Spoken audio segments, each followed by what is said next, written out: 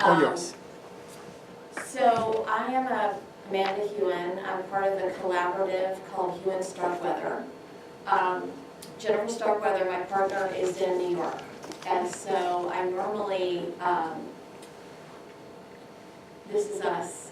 I normally lecture with her, so I brought pictures of us instead. So that's us. So as Pierre said, I'm a visual artist. And our work is about landscape, and all of our work is research-based. So to start a project, we spend 3 months to a year looking at a specific topic.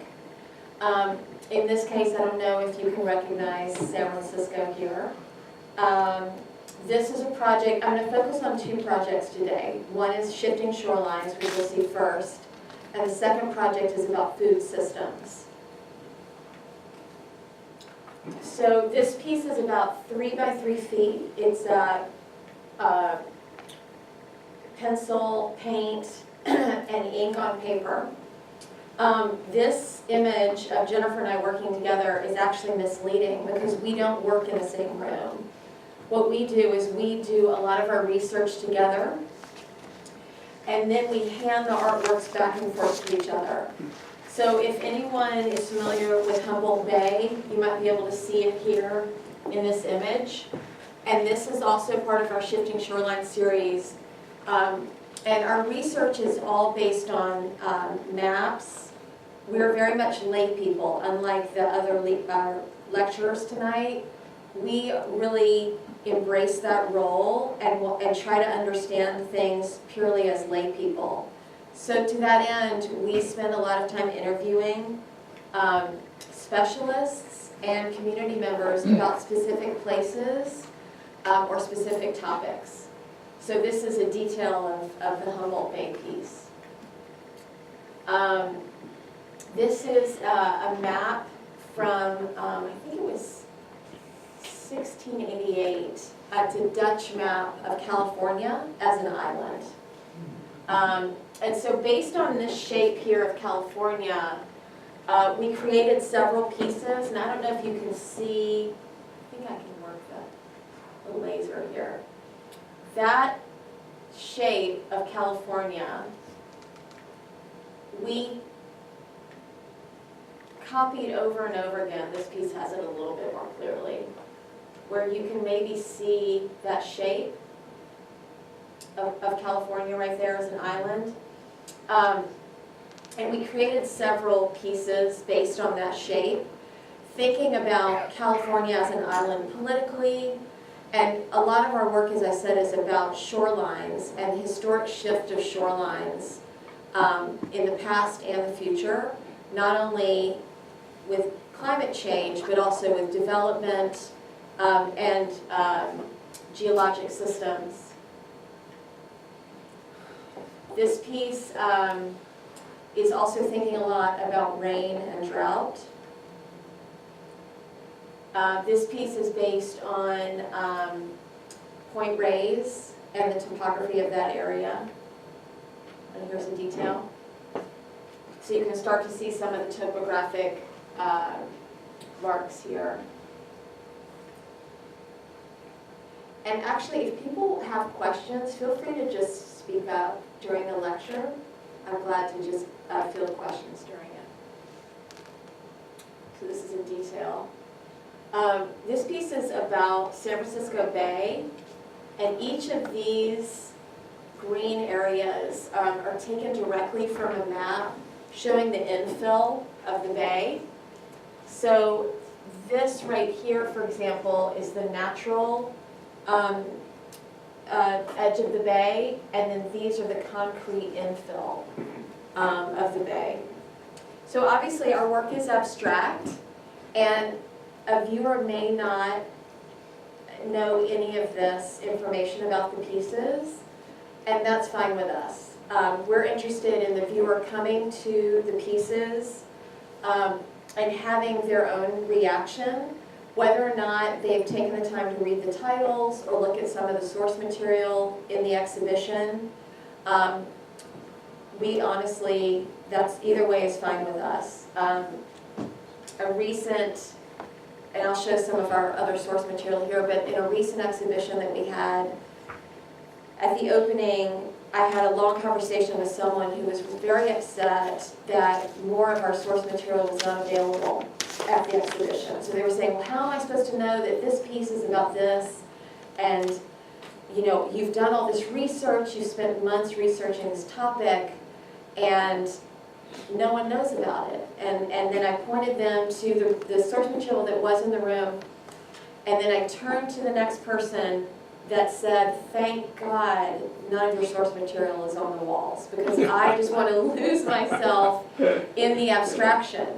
And that is what, and Jennifer and I really love that about art viewing and abstraction, is that the viewer can bring to it whatever they bring. So these are some of the source materials that we've used in our work. This is a map of San Francisco, as you can see here. San Francisco. We look at a lot of historic maps, a lot of maps that the Rumsey Map Center here at Stanford, we use their maps frequently.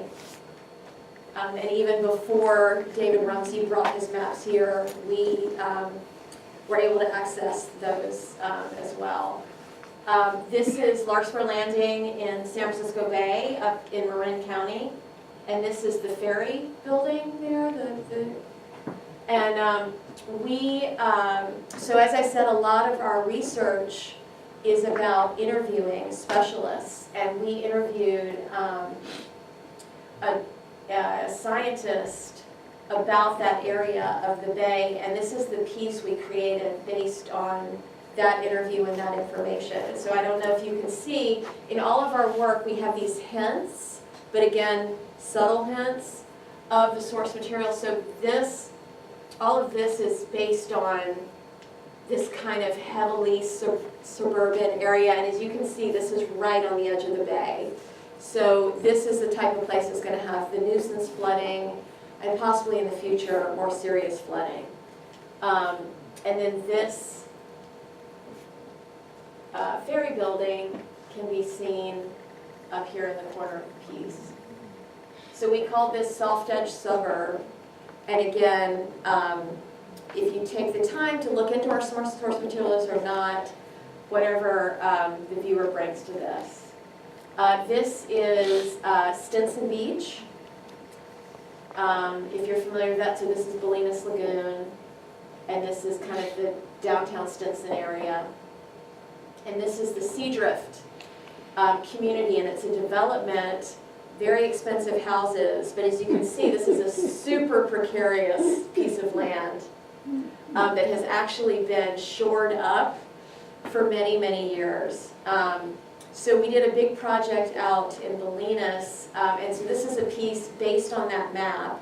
But in addition to that map, so you can kind of see the Seadrift shape here.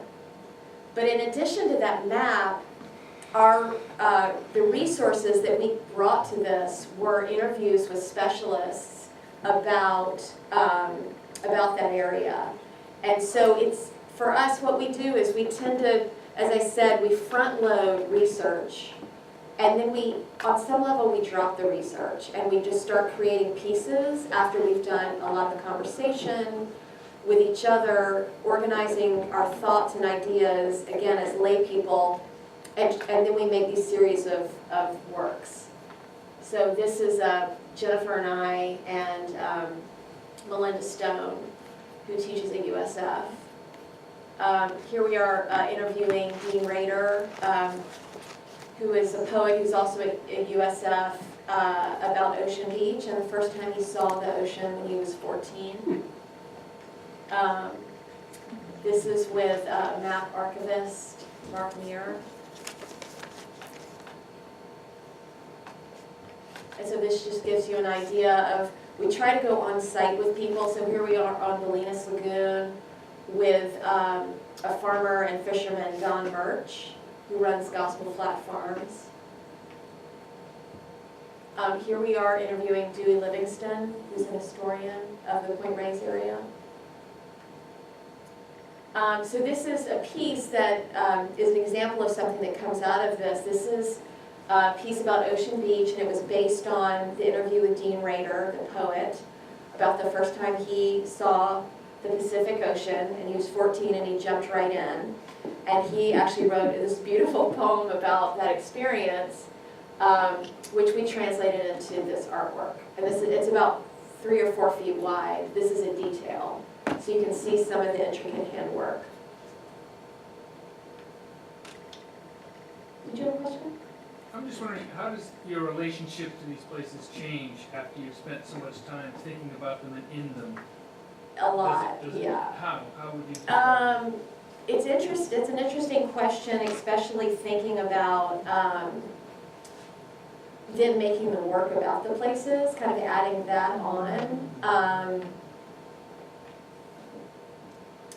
It's almost like, excuse me? Do you develop a new sense of We place? develop a new sense of place, but it almost becomes very deep in this, kind of, again, looking at historic maps and photographs, talking to people about the future of these places, which is a big part of what we're asking people about. And also people from all these different disciplines, so it really gives us a deeper sense. And I think that's part of what we're trying to communicate through the work, is to allow a viewer to have almost a gut or emotional response to the work that transcends something they might already know. So on some level, what Jennifer and I are trying to do is create new forms based on all of this information that we've kind of brought in. So here's some more artworks. This one's about 6 feet wide. This is a detail. And this is an example of some of the way that we show our source material. So sometimes we do have a little bit more of, this is a pretty in-depth version. This was at the Bolinas Museum.